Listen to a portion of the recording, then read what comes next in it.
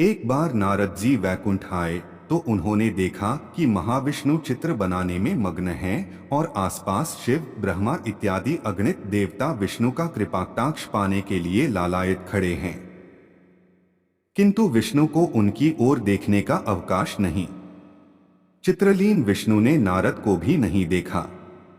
विष्णु का यह व्यवहार नारद को बड़ा अपमानजनक प्रतीत हुआ।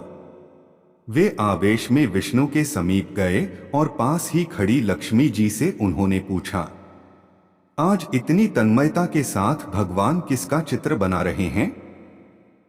लक्ष्मी ने अपने स्वाभाविक भ्रिकुटी चांचल्य के साथ कहा, अपने सबसे बड़े भक्त का, आपसे भी बड़े भक्त का। दोहरे अपमानित नारद जी ने पास जाकर देखा तो आश्चर्य से स्तब्ध हो गए। अचल ध्यानावस्थित विष्णु एक मैले कुचैले अर्धनग्न मनुष्य का चित्र बना रहे थे।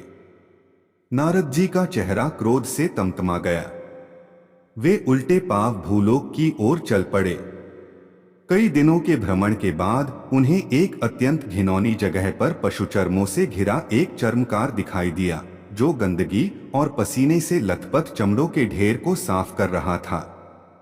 पहली दृष्टि में ही नारद जी ने पहचान लिया कि विष्णु इसी का चित्र बना रहे थे। दुर्गंध के कारण नारद जी उसके पास न जा सके। अदृश्य होकर वे दूर से ही उसकी दिनचर्या का निरीक्षण करने लगे। संध्या होने को आई, किंतु वह चर्मकार न तो मंदिर में गया और न आंख मूंद कर उसने क्षण भर के लिए हरिस्मरण ही किया। नारद जी के क्रोध की सीमा न रही।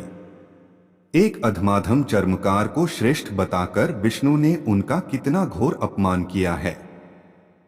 अंधेरा बढ़ने के साथ साथ उनके मन की अस्थिरता भी गहरी होने लगी। आवेशांध हो विष्णु को श्राप देने के लिए उन्होंने अपनी तेजस्वी बाहु ऊपर उठाई थी कि लक्ष्मी ने प्रकट होकर उनका हाथ पकड़ लिया और कहा, दे भक्त की उपासना का उपसंहार तो देख लीजिए, फिर जो करना हो कीजिए। उस चर्मकार ने चमड़ों के ढेर को समेटा, सबको एक गठरी में बांधा, फिर एक मैले कपड़े से सिर से पैर तक शरीर को पोंछा और गठरी के सामने झुककर विनय विवल वाणी में कहने लगा, प्रभु दया करना, कल भी मुझे ऐसी ही सुमति देना कि आज की तरह ही पसीना बहाकर तेरी दी हुई इस चाकरी में सारा दिन गुजार दूं। और नारद जी को विश्वास हो गया कि वह चर्मकार विष्णु को क्यों सर्वाधिक प्रिय है।